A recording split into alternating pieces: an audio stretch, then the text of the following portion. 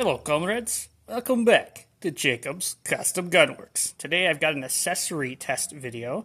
Got a couple of laser light combos off of Amazon that I'm going to test. I have two host platforms today. I have my Springfield Armory 1911 Operator in 45 Auto, and then I have my H&K P30 in 9mm, and we're going to test these to see how they hold up with recoil and whether or not we're going to break these because they're $26 laser light combos. So let's see how the cheap accessories work. Anyway, I wanted to show you the brightness of the lasers before I started shooting today.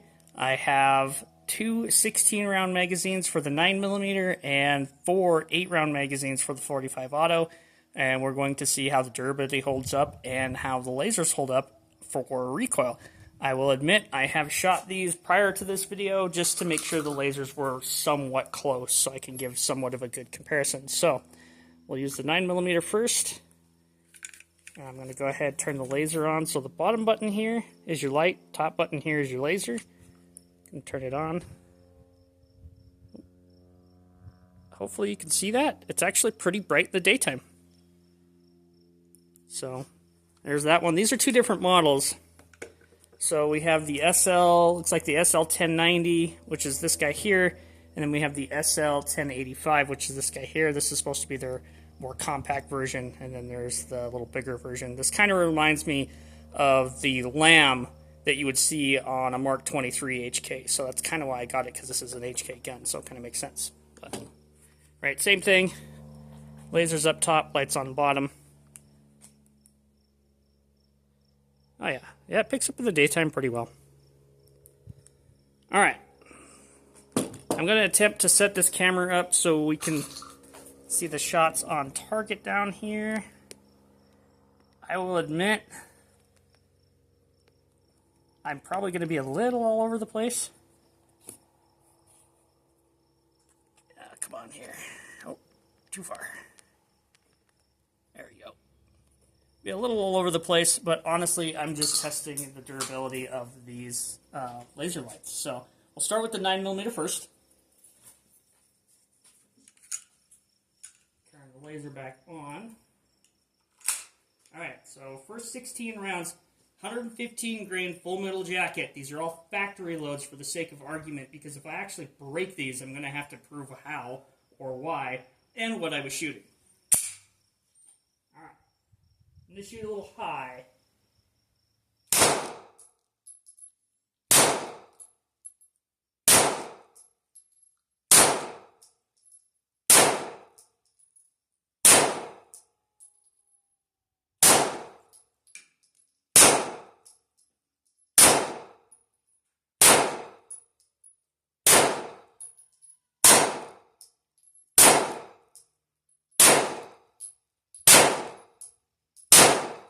Okay, 16 rounds.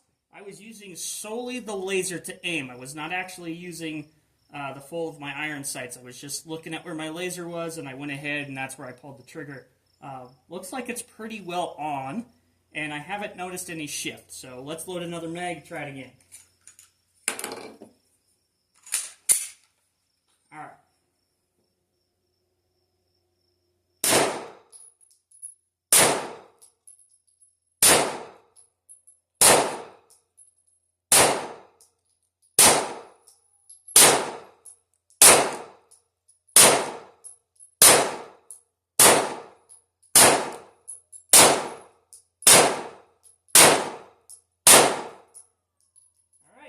The other 16-round mag there. Kind of sped up just because 9mm is so much fun to shoot, but it's pretty consistent other than I have a huge group all around where you see right in there.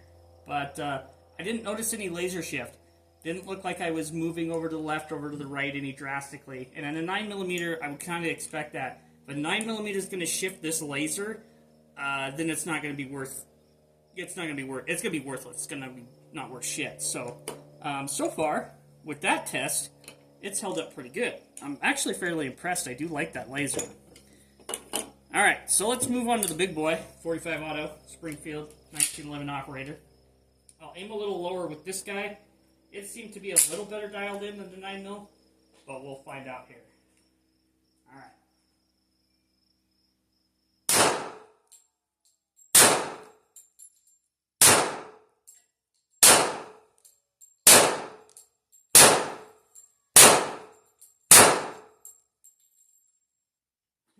Forget I got 8 instead of 16.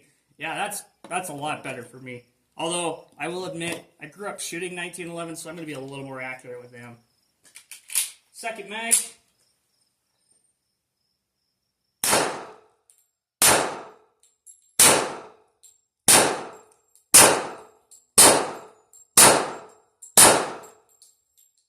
Alright. Yeah, I'm pulling a little to the left, as you can see. I'm going to try to slow down a little bit, but it's staying where it needs to be.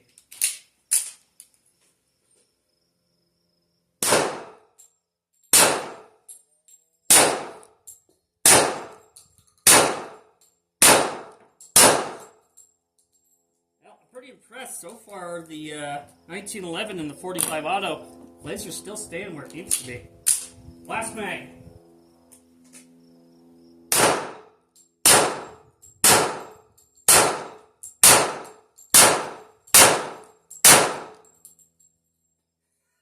Yeah, I shot the shit out of that one.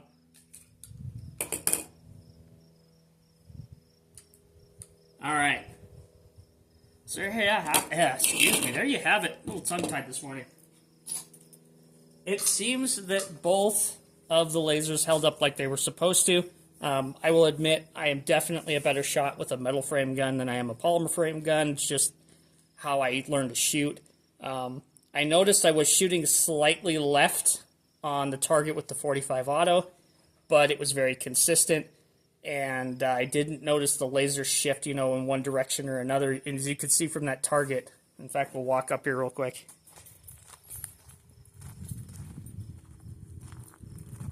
I just punched a big freaking hole in there with that 45 auto, which is great. Started to do that with the 9 here up top, but laser didn't shift. Pretty impressed. I've got flyers with the 9mm, like I say. I just need to shoot that HK more. But with that 1911, man, I think this is 100 rounds I've had through that 1911 at this point. I shot a video with a 1911 special last week, and that was my first 50 rounds with it. So here is my second 50 rounds with it. And I'll be honest, I've probably only put 200 rounds out of the HK, so break her in, shoot her a little bit more. But anyway, yeah, let's go over these a little bit. So, as I said, I kind of got this. These are Solofish, and I found these on Amazon. They're like 26 bucks a piece, and they're rechargeable. So there's a little USB Type-C port right there, and you just charge it, like that. They only send you the cable. They don't send you a wall block or anything, but most of us have a couple of those laying around. I will admit I have not charged either one of these laser light combos. I just slapped them on the gun and figured we're going to go ahead and test them. So they've held up very well. Very impressed with the daylight quality. You can see them in the daylight just fine.